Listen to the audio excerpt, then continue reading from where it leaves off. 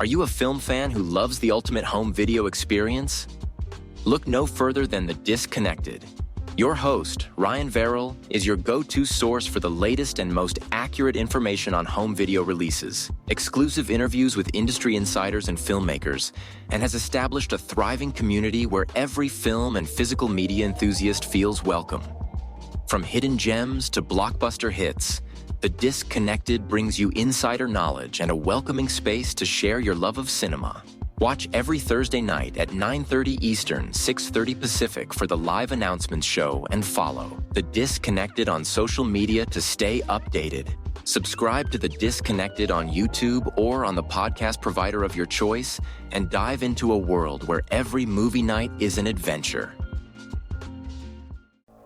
If you're looking for more horror outside of the mainstream, look no further than Unsung Horrors, a podcast about underseen horror movies. I'm Lance. And I'm Erica. Every other week, we'll cover a horror movie with fewer than 1,000 views on Letterboxd. We'll even give you double feature recommendations to pair with the movies we discuss. From gothic to shot on video, from slashers to comedies, from giallo to J-horror, we'll cover all the subgenres. So join us as we unearth these hidden gems of horror. Follow us on Instagram, Twitter, and Facebook, all at Unsung Horrors, available wherever you listen to podcasts. And part of the Someone's Favorite Productions podcast network.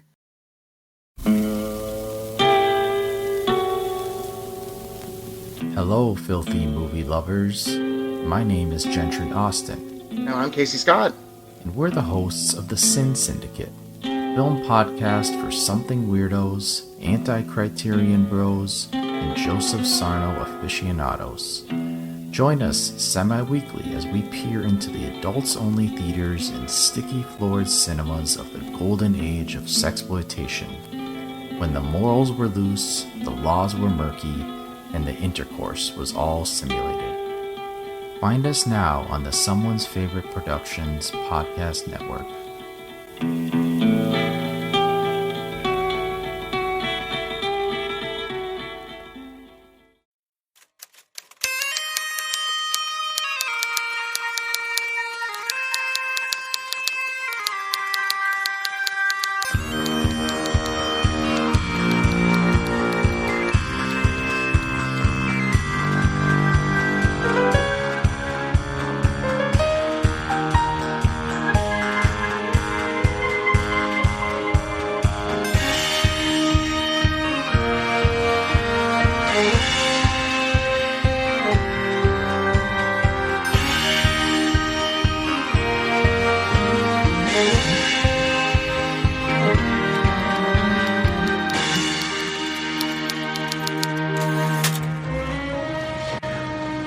Teenage years, 16 candles, fervent passions, aimless joyrides, and the forbidden taste of beer.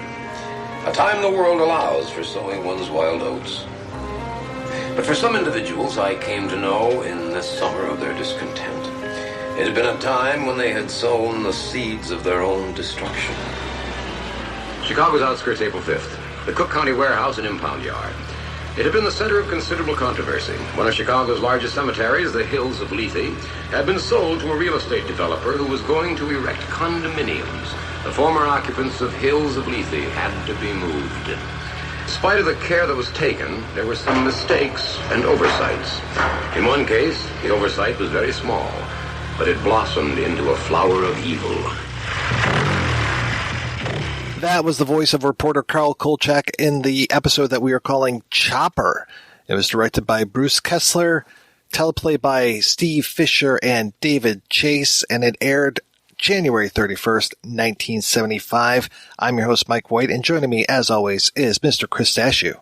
Yes, and I'm here with my head perfectly on my shoulders, unlike most of the people in the episode Chopper. However, I'm a little surprised, Mike, you're not giving any credit to Zemeckis and Bob Gale. I was going to get there. Okay, because they probably don't deserve any credit. A story by Robert Zemeckis and Bob Gale, one of their first credits, I believe. A story by them that is essentially the tale of Sleepy Hollow. Just kind of transported to motorcycle gangs. Right. I mean, essentially, a headless motorcycle rider murders those who wronged him. and it reminds me a little bit of Psychomania, I guess because of the motorcycle gang and the whole idea of the undead, that kind of thing. I was really surprised. Steve Fisher, and I had to double check this. This is the same Steve Fisher, and I'm going to say this and you're going to be like, I have no idea what you're talking about. He's the same guy that wrote I Wake Up Screaming way back in 1941. That was turned into a movie, I think, with Betty Grable, and his screen credits go back for years. And I actually own a lot of movies and TV shows that he did, including The Clones from 1973. And then he also did I Wouldn't Be in Your Shoes, which is another kind of old pulpy film noir. So this guy's got real legit credits, and I'm not sure exactly how he ended up here, but he was doing like a lot of Fantasy Island and Starsky and Hutch towards the end of his days. Yeah, I don't know how he ended up here either, because this episode is it's an interesting episode.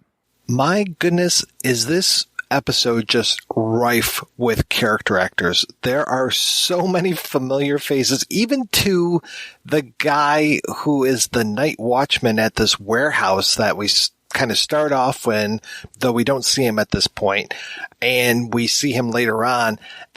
Was he the Maytag repairman or something? I mean, this guy is super familiar. I like the amount of character actors in this episode, but I also kind of found it a little distracting. Well, yeah, I can see that insofar as you see a Jim Backus and you think for sure this guy's got to come back, and then he doesn't. Yeah, exactly. Jim Backus of Backus Wineries, right? Yeah, who was stranded on an island for a lot of years. It was kind of weird. It was kind of like another Robert Zemeckis film, which was called Castaway. Exactly. Oh, boy. The bottom of the barrel is calling. We're there. Before we kind of get too far into this, I think it is important that we talk about the fact that Zemeckis and Gale have not aged well in their works. And the longer they've gone on, the worse the stuff they've worked on has gotten. Do you mean their stuff or Zemeckis' stuff? A little bit of both. I mean, most of it's put on Zemeckis, right? Zemeckis hasn't done shit in the last decade that's mattered to anyone. Gale, he's been writing mostly books, from what I understand, for the last however many years, but really like the last big thing, and I put big in quotation marks, that I remember is Bordello of Blood. I mean, but before that, he was kind of knocking them out of the park, with the exception of 1941. I mean, I Want to Hold Your Hand, Used Cars, Back to the Future, Trespass. I love Trespass. So, and then he ended up doing a lot of stuff with Tales from the Crypt, if memory serves. Well, I mean, he did Bordello of Blood. Bordello of Blood is one of those things where I don't understand why anyone thought it was a good idea. And it shows on screen because Bordello of Blood is the inferior Tales from the Crypt film.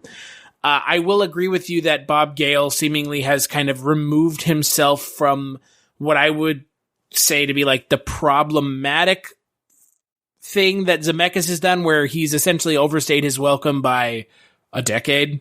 And Zemeckis hasn't made anything of value in the longest time.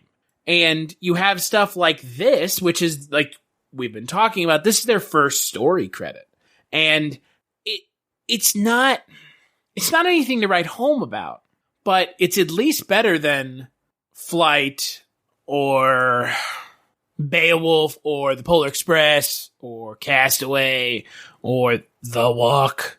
And to me, it's indicative of Zemeckis, at least a little bit, that, you know, we're watching this episode of the show, and it's like this, when like Bob Gale and Zemeckis really had a great idea, it really fired on all cylinders. But if we're talking about this show and this episode, it's not anything special or exciting.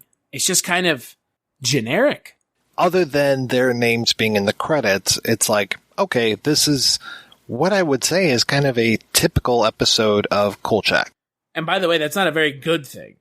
No, I mean, we've gone from high to low, and so being in the middle, it's not a huge bar to jump. There are episodes like Primal Scream, which are dorky, and then there's episodes like this that are just forgettable. And the thing that's crazy about this episode is, you and I both know this, there's a huge amount of people that are very into this episode. They really like this episode. I know it's hard to get past, especially for me, the initial shot of the guy riding the motorcycle. It's clearly a guy with like a prosthetic thing on his shoulders that makes him look taller. Oh my God. It's yeah. so dorky. It is so bad. So bad. In my mind, when I say like these things haven't aged well, that's the thing I think of when we're talking like this hasn't aged well. It really hasn't aged well. Those effects have not aged well at all. Not even remotely close. So I was ripping on Zemeckis recently because of the really poor showing of Welcome to Marwen. And apparently I was really schooled by a lot of people who kept telling me how great Allied is and that The Walk is really something. But I just have no desire to see those. I mean, especially The Walk. I mean, I saw the documentary that The Walk was based on. I saw the documentary that Welcome to Marwen was based on. I mean, is that going to be his new thing, is to just take documentaries and then make fictionalized versions of those? Well, that's what I was going to ask is he's essentially hasn't even worked on anything original. Allied is based off of history. Welcome to Marwen is based off of a documentary. The Walk is based off of a documentary. Flight is, I guess, original. And then his next announced project is redoing The Witches, the Roald Dahl story that was filmed by Nick Rogue 20 some years ago, or probably more like 30. Well, and what about Christmas Carol, Beowulf, Polar Express? What are those? In my mind, what are those? Those are fucking movies that are based off of something else. Like, it's originality seems to have gone out the window. And I think that in my mind extends to this.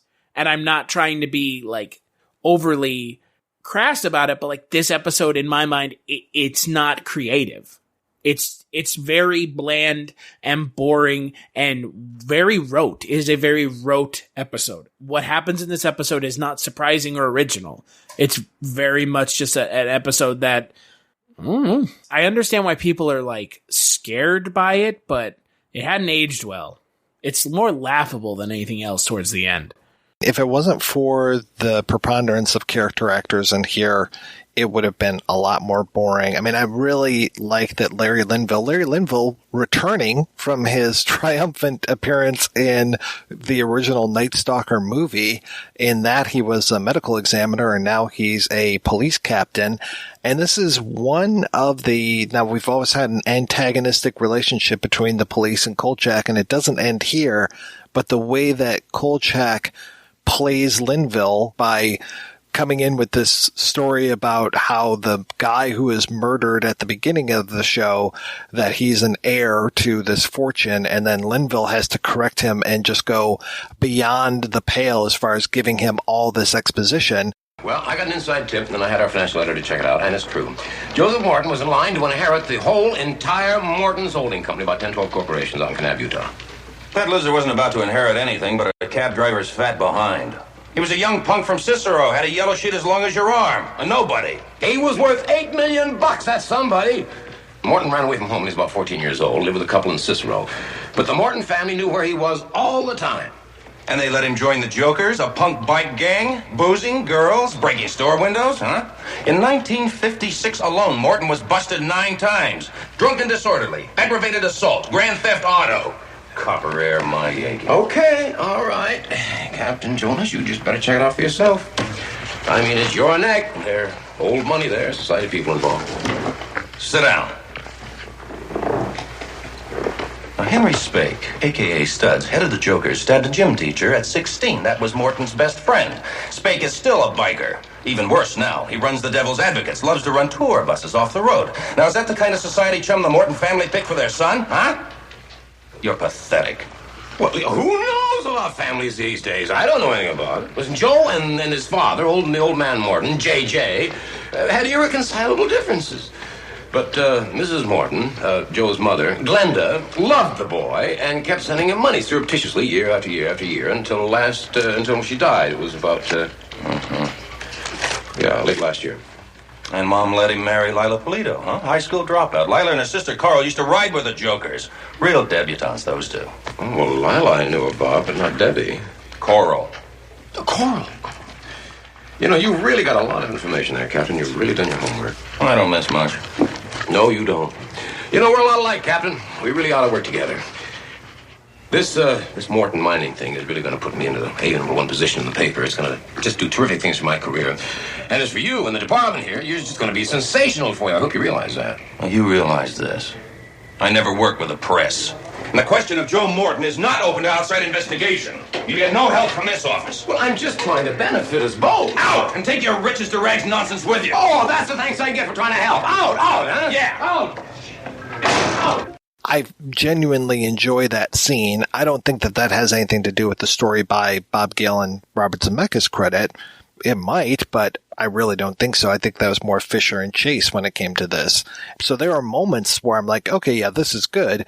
But the overall story of this headless biker who will not stop murdering members of his old bike gang until he's reunited with his head, yeah, that's a very, very rote story.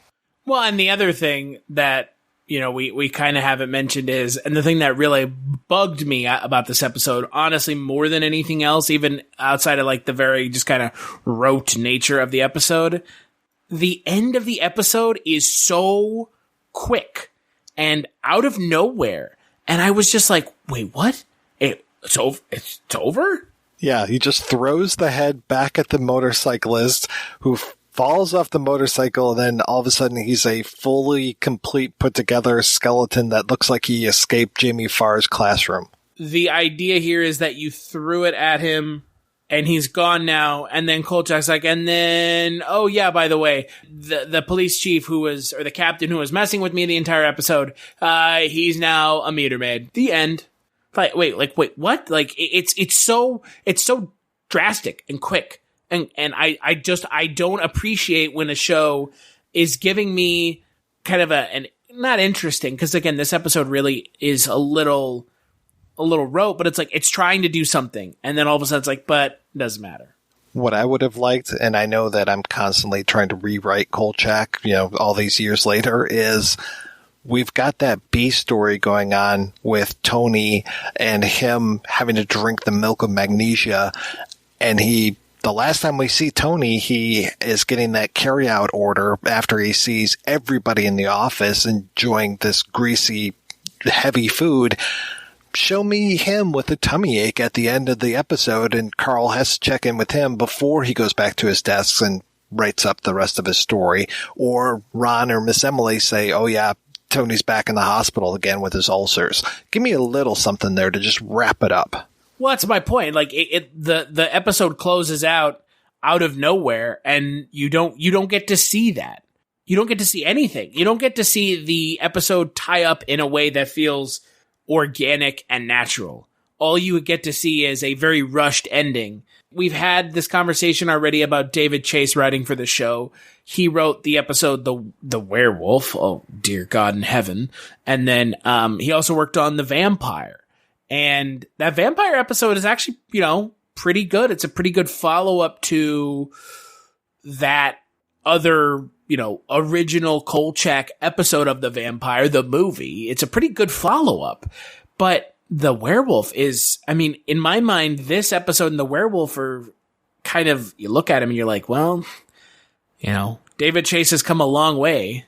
Well, from what I understand, David Chase was the story editor, so he was involved with every single episode. It was just which ones ended up getting his story credit. Sure. It's kind of like when we talked to Frank Spotnitz about credits when it comes to TV series. So you might work on an episode, not get your name on it, or you might get your name on something that you didn't work that much on. So it's always kind of a crapshoot when it comes to some of these credits. I think with something like this, it was probably the Steve Fisher credit was probably the majority of the writing, and then David Chase got the kind of the second credit to it. But, you know, we're going to see his name even on the episodes that aren't credited to him. I see his name on the scripts when I'm looking at these screenplays. In my mind, this is a direct aping of Sleepy Hollow. But am I out of base in that regard? Do you kind of feel the same way?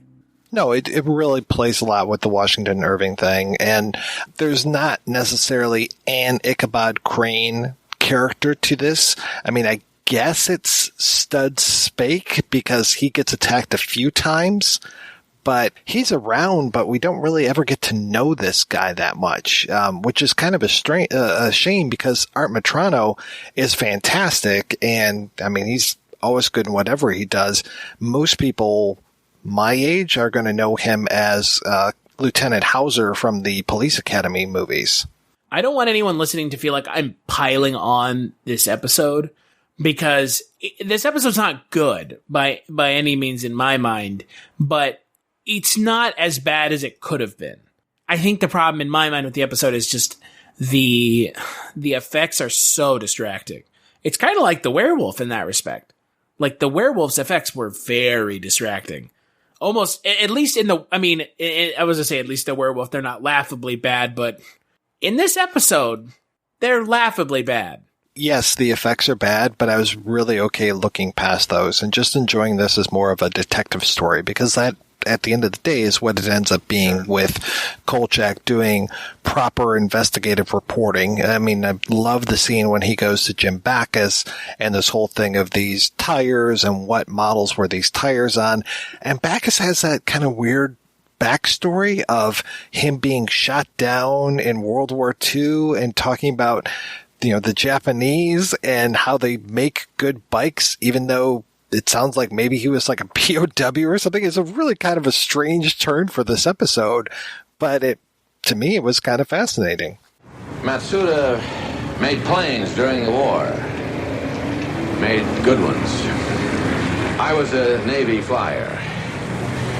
It just so happens that I was shot down in flames over Tarawa by a Matsuda 140 Tiger Shock.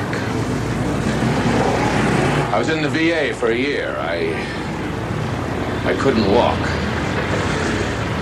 But they make darn good bikes. Forgive and forget. Yes, of course, certainly. Listen, I'll come back. We can talk about me buying a bike, maybe with some training wheels, all right? The thing with his character was weird because, yeah, it takes a very hard left turn. And this is another one where we don't get a lot of murders happening. We get the initial one of the cabbie, who is a member of this bike gang that we find out later as Kolchak is doing his investigating. We get the one woman who is basically a throwaway. They just mention her character. We never really interact with her character, and we just see like a freeze frame. Also, the effects when it comes to the bike attacking people is really kind of weird too. Yeah, I didn't understand that. It was, again, kind of distracting. We're like, freeze frames. This is me. I bet you're wondering how I got here. That's what that felt like. You know what I mean? One of those, like, how did I, like, it's just, like, what was the point? Because I guess they can't show them getting decapitated, but they weren't going to anyways. Yeah, and even the way that they froze where the sword was when it was coming towards the cab driver, I was like, well, that really isn't anywhere near his head. I don't know if he has to decapitate people too, or if he just wants to murder them. I understood that he had to decapitate them as well, because that's what happened to him, so he has to take revenge. And I like him pretending to be a sketch artist or a documentary filmmaker. This whole idea of Kolchak going undercover into getting into these places. And that's what I enjoy. And so I was really happy about that. Right? It feels like Fletch. He's like going in there. He's like, I'm, Picasso Van Gogh, but I got the ear. It's like, this is the fun stuff about Kolchak. Right. And when he's trying to distract the lady, like, oh, look at that profile. Oh, I'll be back to sketch you later. Look at the time. Yeah. Yeah. That stuff's super fun. And it's a good use of Darren McGavin and his, like, who he is charismatically as an actor. He's a very charismatic actor. That's why we keep watching this show. We keep watching this show because Darren McGavin is a very charismatic actor. And we love him in the role of Kolchak. And it's nice to see this episode kind of giving him a little bit more room to really kind of flex his muscles as a charismatic lead of the show. And every single person that he meets in these little sojourns out to find more information, another great character actor. We're going to see like the guy who is basically trying to be the new Gordy the Ghoul, Neil. Like, I've seen him in a bunch of stuff. The guy who, of all things, Miss Emily tells him that there's a guillotine exhibition going on.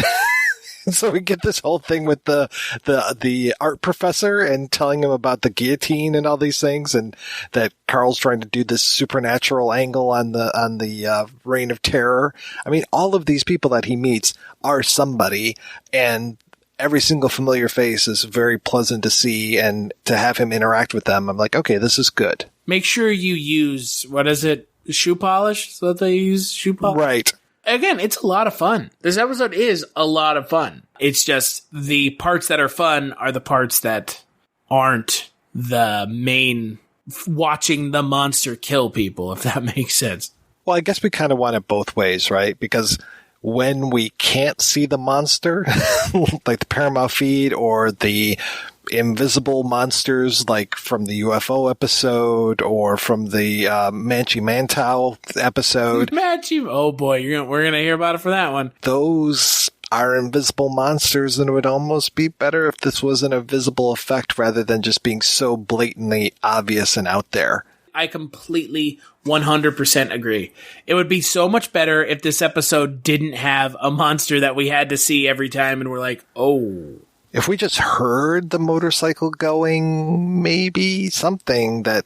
The motorcycle going that's ever present in like every scene. Yeah, it's too much. It's way too much. Like you said, you overlooked the monster, the chopper, the head chopper, the headless motorcycle rider. You overlooked it. And I probably should have as well, but my problem is I had a little bit of a hard time doing it because it was so goofy. And my question is, I wonder if I know and you know that they both thought it looked goofy. Do you think they didn't think it looked that goofy? They should have been able to find some other way of doing that. I mean, I don't know if they needed to build an oversized bike, so maybe the torso didn't look so huge on that little bike and on that little man. That's the problem, is the torso is insane. It's a normal person's torso plus another however tall a head is. Tall. It looked like one of those people that dress up for Mardi Gras, like in the Abbott and Costello Go to Mars or something. It's just like, what is going on with this? You know what I thought it was? It just looks like one of those cheap Halloween costumes. One of those Halloween costumes that it's like, oh, you could go down to the local Halloween store and buy it. It's like you're supposed to be like a Headless Horseman, or or the thing where you have the head, the neck on top with the blood coming out, and then your face pops out in front. Which those look better. I mean, there was that's the sad part, isn't it? There was a little girl I saw, like a little girl in her Halloween costume. She was walking around like that with her head like in the middle of her chest, and it looked like she was holding her own head. I was like, that looks really good. And again, it's unfortunate because there's so much fun stuff going on in this episode with all the character actors. Yeah, I want to point out real quick that the woman that played the widow, I thought she was fantastic. And she ends up, she's been in a ton of stuff, and what I remember her the most from was watching her in Night of the Comet, where she played Doris, the stepmom. And she is great as basically being the villain in that movie for as long as she's around until she gets turned into red dust. But it was really nice seeing her and going, oh, it's Doris from Night of the Comet. The other thing I wanted to say real quick was that I think this might be the first time we get this shot from inside the INS office, looking out through the window and seeing the L train go by to kind of establish us again in Chicago, which was nice because we don't ever really get that. I mean, we get the exterior shot of the INS office, but we haven't seen this shot from inside looking out at the L. Yeah, I noticed that too. And I'm really surprised that it's taken this long for the show to give us more of a sense of where the offices of INS are. They do a good job when it comes to little details about Chicago, even to the point where he's talking about how the bodies are being moved to the Cook County warehouse. I was like, well, that's nice. At least they're not just making up things about Chicago and Illinois, that they actually know enough to say that is Cook County. Well, I mean, they keep talking about Chicago over and over. I mean, it would be a hell of an oversight for them to not mention it, right? Well, or they could just make up shit. I mean, it's... I mean, fair enough. I'm used to these days, like, the writing gets real sloppy when it comes to your sets and locations and just, all the mountains in the background of New York, those kind of things. Yeah, what? There's not mountains outside of downtown New York City? Yeah, come on. I mean, I've seen the X-Files. I know those mountains. Yeah, right. Dear God. They're some of the worst, Jesus. There's some bad offenders out there. I mean, not everything can look like Vancouver, right? And I know that this is almost all backlot of Universal Studios. I was about to say, this is Culver City, California. Or what, not Culver City, what is it? Studio City, California? But they pepper in those little details about Chicago, which I find to be nice. And always having those openings over the city, I appreciate that. They're really trying to play up that illusion. Yeah, but it's totally shot in Studio City. Especially when we're seeing the same movie theater in multiple episodes, the same storefronts and everything. When I think back on this episode, because we're pretty far into this show at this point. We only have like 5 episodes left. So we're 2/3 of the way in. When I think back on this episode and think about kind of the praise that has clearly been heaped upon this episode from fans of the show, I understand it, but at the same time, I think, and I mean, again, this is something that we've talked about before and we'll probably continue to talk about until we're blue in the face. People tend to overlook things in favor of nostalgia. I will say that Mr. Ring, much better episode, and I can see why people loud that one. Yeah, Mr. Ring was a good episode. Why I don't understand the hate towards that episode.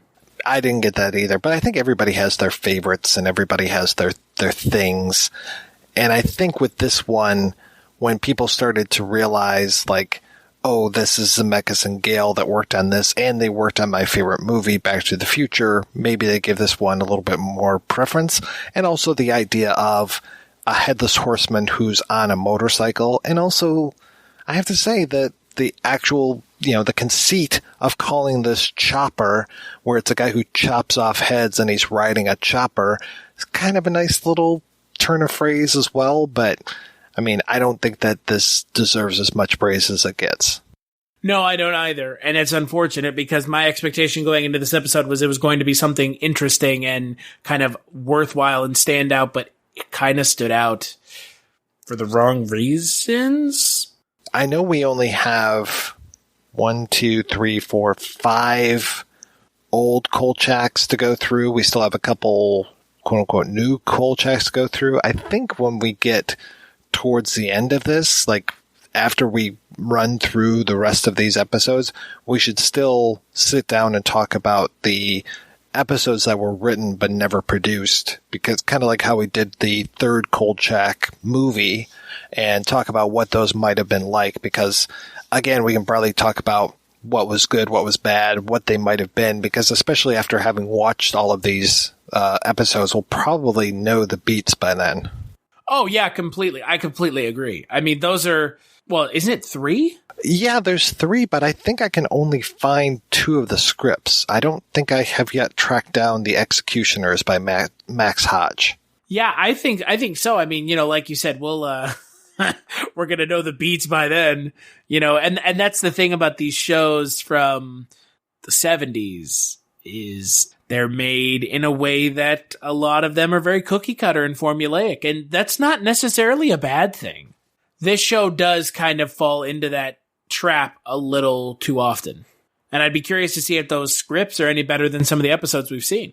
So, Chris, what is the latest with you over at the Culture Cast? Well, over at the Culture Cast, we're just chugging along, watching the new movies of the year, watching some stuff we've been wanting to watch for a while. We're inching closer and closer to Mike White March, which still don't know what that's going to be this year, and I'm excited to find out, because if last year is any indication, it's going to be a good one.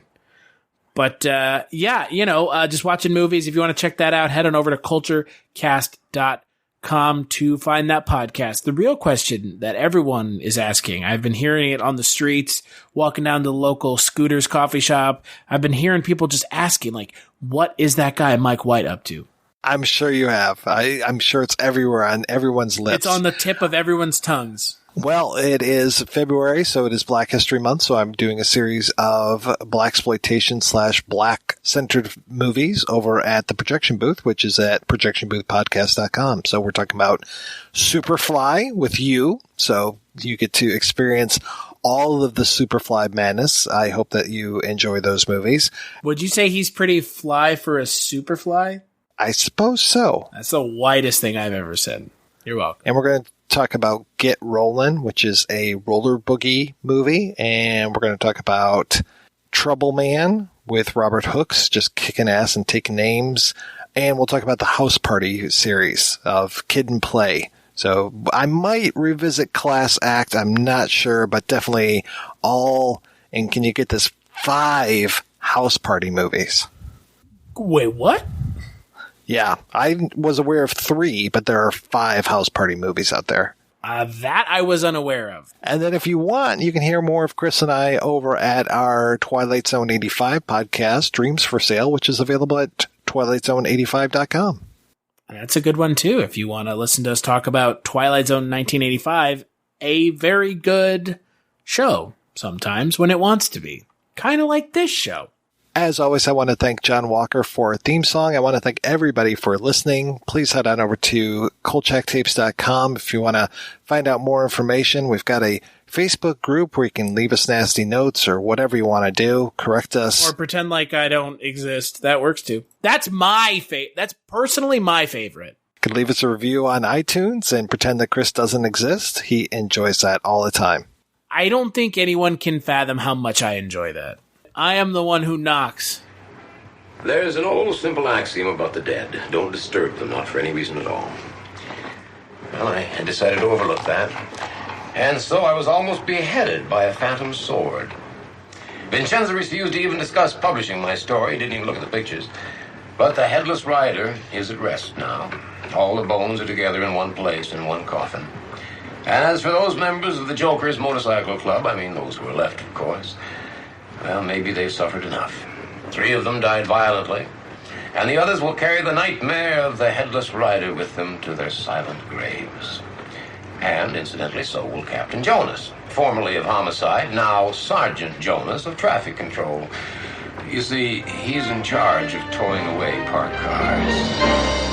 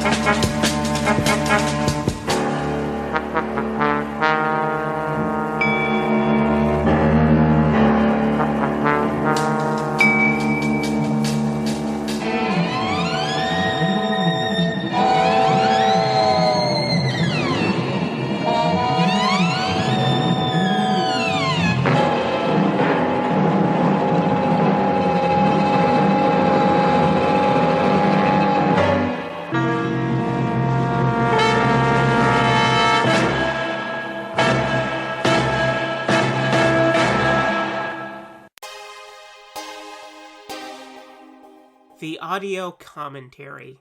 It's a dying art form, but here at One Track Mind, I, your wonky yet affable host, Ryan Luis Rodriguez, analyze film through the prism of these embryonic forms of podcasting, one audio commentary at a time. Masterpieces, crapster pieces, live action, animation, cult classics, films literally no one has ever heard of, No track is too small, and no track is too big. Join me and my guests from the entertainment world as we keep these features alive every other Tuesday. Hey, who else is going to discuss Bill and Ted's Bogus Journey one week and Citizen Kane the next? Us, that's who. Sure, you have to put up with my voice, but there's a certain give and take in this industry. That's One Track Mind, part of the Someone's Favorite Productions family and available wherever you get your podcasts.